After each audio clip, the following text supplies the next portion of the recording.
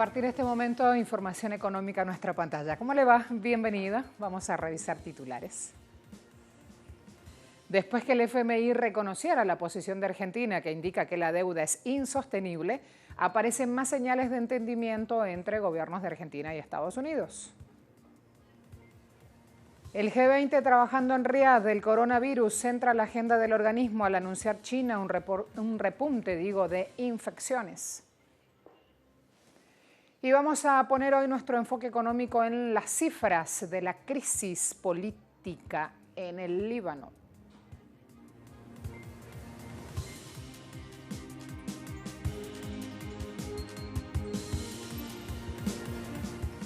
El ministro de Economía argentino Martín Guzmán destacó las coincidencias encontradas con el secretario del Tesoro de Estados Unidos, Steven Mnuchin, en la reunión que mantuvieron ayer en la cumbre de ministros de Finanzas y presidentes de bancos centrales del G20. Una cumbre que se desarrolla en Riad, Arabia Saudita. En ese espacio, todos los ministros asistentes le manifestaron el apoyo de sus países a las negociaciones que lleva adelante Argentina buscando reestructurar su deuda soberana y acordaron una agenda de cooperación que busca afianzar vínculos estratégicos bilaterales. Antes de la exposición del ministro Guzmán, él, junto a la directora gerente del FMI, Kristalina Georgieva, analizaban también pasos a seguir en esta relación en la cual Argentina necesita mayores plazos para poder cumplir con ese dinero que se le entregó a Mauricio Macri. En México exigen la cancelación de un proyecto integral de Morelos, así se llama, PIM por su sigla. Un proyecto que, según los detractores, pone en riesgo a las comunidades y al medio ambiente. Se pueden presentar fugas y explosiones producto del gas que transporta el gasoducto, aunado a la contaminación de agua por derrames de sustancias químicas. El PIM es una iniciativa anunciada en el año 2011, que consta de 2 centrales termoeléctricas, un gasoducto de 160 kilómetros de longitud, una línea eléctrica de 20 kilómetros y un acueducto que pretende llevar 50 millones de litros de agua a las termoeléctricas. Todo ello en una zona de posible actividad volcánica.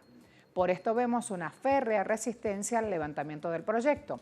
Integrantes de organizaciones civiles, entre ellas el Congreso Nacional Indígena y el Frente de Pueblos en Defensa de la Tierra y el Agua de Morelos, Puebla y Tlaxcala, marcharon este viernes por Ciudad de México para denunciar la situación y exigir que el asesinato del luchador social Samir Flores no quede impune. Veremos también a continuación cómo en Michoacán se presenta otra denuncia social. La tala clandestina amenaza con devastar los bosques que sirven de santuario para la mariposa monarca en la comunidad de Ocampo, en el estado de Michoacán. La defensa del medio ambiente pudo haber ocasionado la muerte a Homero Gómez, quien junto con otros ejidatarios cuidaban este territorio. Él nunca esperó a que le llegara un apoyo del gobierno, sino que a través de presiones él los exigía los apoyos con toda su gente. Ves que iba con gente, con ejidatarios de aquí a tomar calles de la capital del estado, llegó a tomar casa de gobierno y gracias a eso tenemos mucha infraestructura aquí. Sus familiares denunciaron que Gómez había recibido amenazas de muerte por las denuncias que hacía sobre la presencia de bandas que explotaban de manera ilegal esta zona boscosa.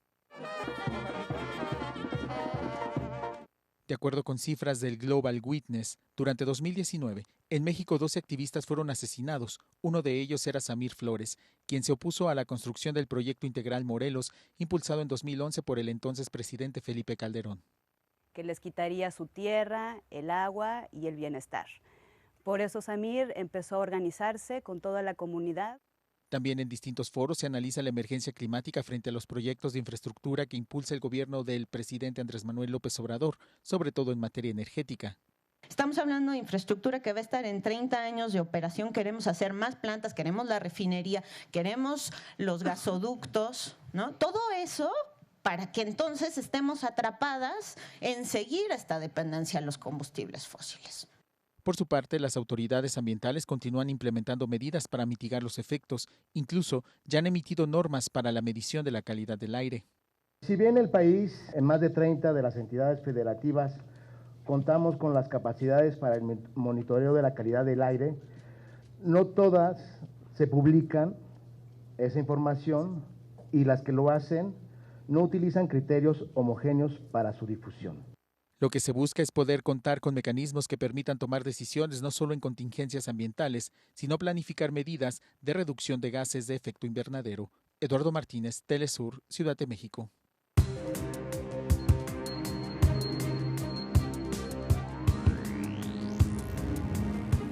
La Real Policía Montada de Canadá anunció este lunes el cierre de un puesto de control en territorio indígena de los Wet'suwet'en en la provincia Columbia Británica. Han dicho que van a seguir patrullando la zona de todas maneras. Esta era una exigencia de las comunidades indígenas allí presentes que están en huelga, tienen más de 2 semanas, mostrando su desacuerdo contra un proyecto gasífero que amenaza la vida en sus tierras. Lo que había comenzado como una protesta localizada por miembros de la tribu Wet'suwet en rechazo a un gasoducto en Columbia Británica se extendió rápidamente por todo el país a medida que otros unían esfuerzos para paralizar Canadá. Un bloqueo en una importante línea ferroviaria al este de Toronto obligó al tercer ferrocarril más grande del continente, el Canadian National Railway, a cerrar las operaciones en el este de Canadá. Ante los hechos, la Cámara de Comercio de Canadá advirtió que los suministros esenciales como el grano para el ganado, el oxígeno para los hospitales y el propano para la calefacción residencial pronto se agotarían. Las interrupciones en el tráfico ferroviario, la columna vertebral de la infraestructura de transporte de Canadá, que mueve más de 190,000 millones de dólares en bienes anualmente, ha llevado en solo 2 semanas a la escasez de suministros y miles de despidos temporales, bajo presión para poner fin a la crisis. Justin Trudeau, el primer ministro canadiense, buscó, dice él, establecer un diálogo con los líderes indígenas detrás de las protestas. Las condiciones de los manifestantes para entablar conversaciones con el gobierno federal pasan porque la Real Policía Montada de Canadá abandone el territorio de Wet'suwet en el norte de Columbia Británica y que se suspenda la construcción del oleoducto. Las comunidades indígenas se oponen a la construcción del gasoducto costero, obra valorada en más de 6,000 millones de dólares y considerada como una de las mayores inversiones privadas de la historia del país, que se conectará a una nueva terminal de la costa del Pacífico para enviar gas a mercados extranjeros.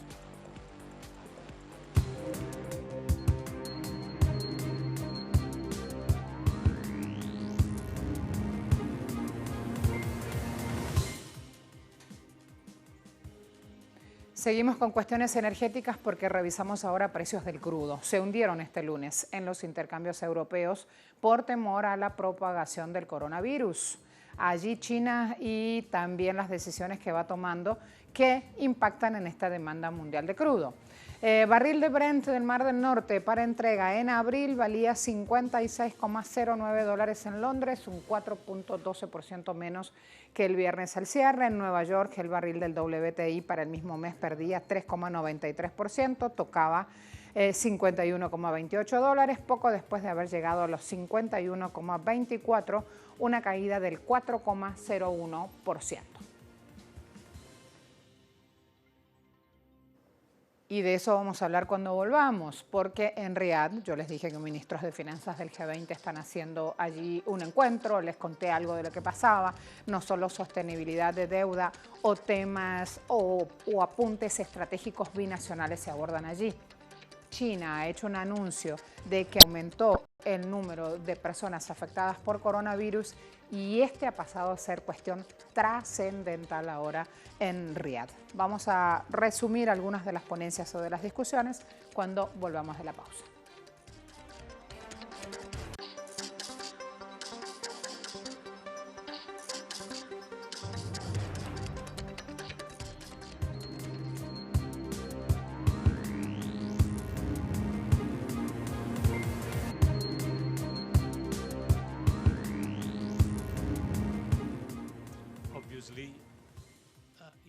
Obviamente, si estos riesgos negativos se materializan, el G20 está listo para reaccionar, promoviendo políticas más favorables al crecimiento y también trabajando lo más duro posible para resolver las tensiones comerciales para evitar que otros riesgos se acumulen con los riesgos creados por este brote de coronavirus.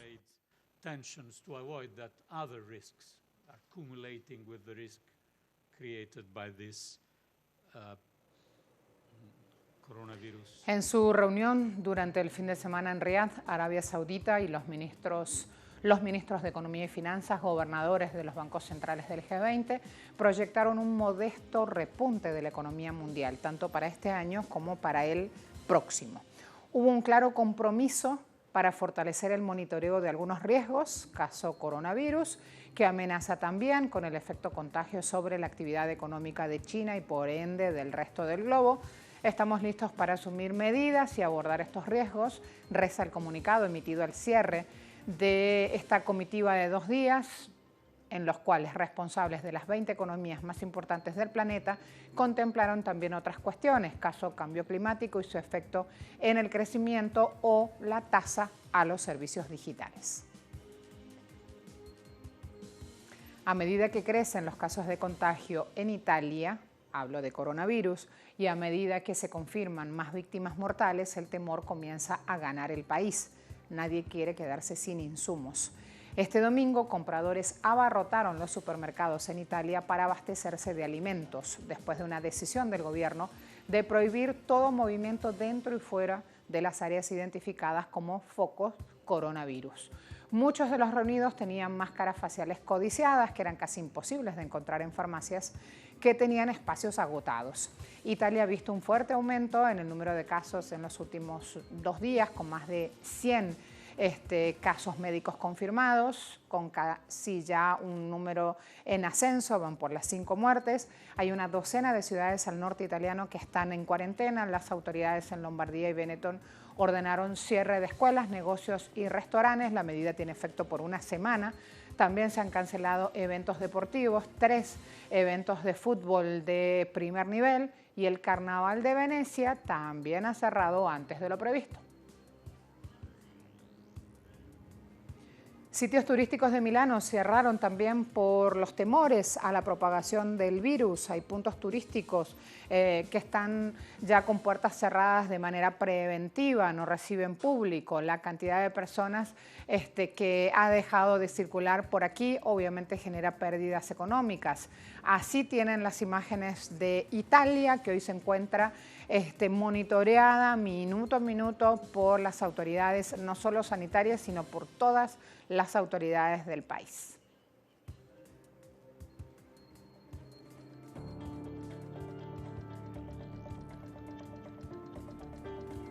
En Corea del Sur se hicieron trabajos de desinfección en espacios públicos. Rociaron un mercado en Seúl, por ejemplo, este lunes por la mañana, mientras los compradores, los propietarios de los puestos usaban sus máscaras de protección. El gobierno de Corea del Sur elevó el nivel de alerta grave, que es el nivel más alto. El brote obliga al gigante tecnológico surcoreano Samsung a suspender operaciones en su planta de teléfonos inteligentes en Gumi, a 200 kilómetros al sureste de Seúl, después de que el fin de semana un empleado se viera infectado. La planta de Gumi fabrica productos de alta gama para el mercado nacional, incluidos Galaxy S20 de Samsung y los lujosos modelos Galaxy Z Flip. Por esto hoy se desplomó el mercado bursátil de Corea del Sur. Hay preocupaciones sobre esta propagación del coronavirus en el país. Antes del cierre del lunes por la tarde, hora local, el índice de referencia de precios de acciones Kospi había caído 78.04 puntos desde el cierre del día anterior.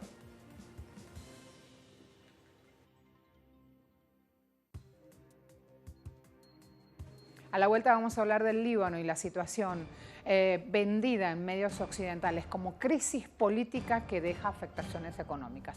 Ya vamos a ver qué y por qué. Ya les cuento más.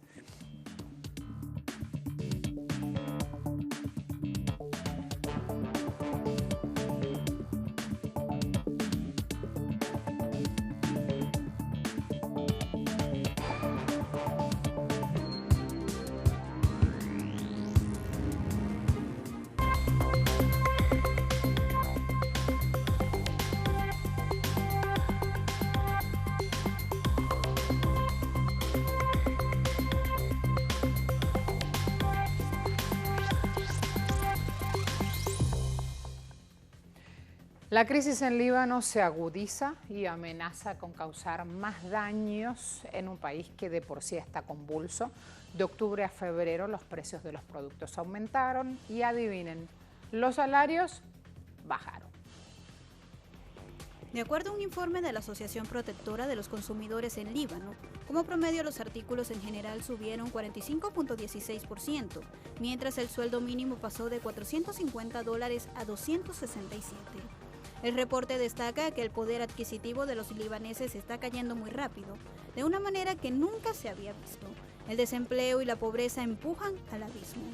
Entre los productos que más se encarecieron destacan en primer lugar las verduras, que escalaron 55 puntos porcentuales. Los artículos personales y domésticos lo hicieron en 36% y las carnes en 33%. La devaluación de la libra libanesa de octubre a la fecha tuvo una incidencia directa en esta escalada de precios, y es que los productos son en su mayoría importados con divisas, y los comerciantes decidieron elevar precios para ajustarse a la tasa cambiaria extraoficial. Existe la posibilidad de empeoramiento con la evaporación de los ahorros y el aumento del desempleo, y la cuestión no queda ahí. Hay una tendencia al agotamiento de las existencias de los comerciantes, que para reponerlas deberán acudir a la compra de dólares con un tipo de cambio no oficial, es decir, 62% más caro. En medio de esta realidad, expertos sugieren que para aliviar la presión, el gobierno debería subsidiar los cereales, carne, queso y productos lácteos y decretar el uso exclusivo de la libra libanesa para transacciones internas. Uno de los sectores que más padece los embates de la crisis en Líbano es el sector hotelero. De acuerdo al jefe del Sindicato de Propietarios de Hoteles, la tasa de ocupación hotelera disminuyó 80% desde septiembre pasado. Aquí, donde alguna vez fue el sector estrella, el sector de los hoteles en el país de los cedros, hoy están en ruinas. El Líbano atraviesa por estos días una crisis económica y financiera donde la industria del ocio no escapa a las afectaciones. Casi 800 restaurantes, cafeterías y clubes, sobre todo en la zona céntrica capitalina y sus alrededores, cerraron puertas y es allí, en ese punto, donde suelen reunirse los manifestantes antigobierno desde el 17 de octubre último. A todos muchas gracias. Vamos a ver cómo seguimos de cerca este panorama complicado. La semana pasada estaba en Líbano una comisión del Fondo Monetario Internacional. Se prevé que en los próximos días recomienden al gobierno su acostumbrada receta neoliberal. Vamos a recordar también que en el Líbano se vive esta crisis financiera y económica desde el final de la guerra civil de 75 al 90 y que la moneda ha perdido casi el 60% de su valor en el mercado negro. A estas complejidades hay que sumar que el Líbano también tiene una deuda masiva de 87.000 millones de dólares, es decir, tiene comprometido en deuda más del 150% de su PBI, de su Producto Interno Bruto. Así las cosas, me despido. Hasta la próxima.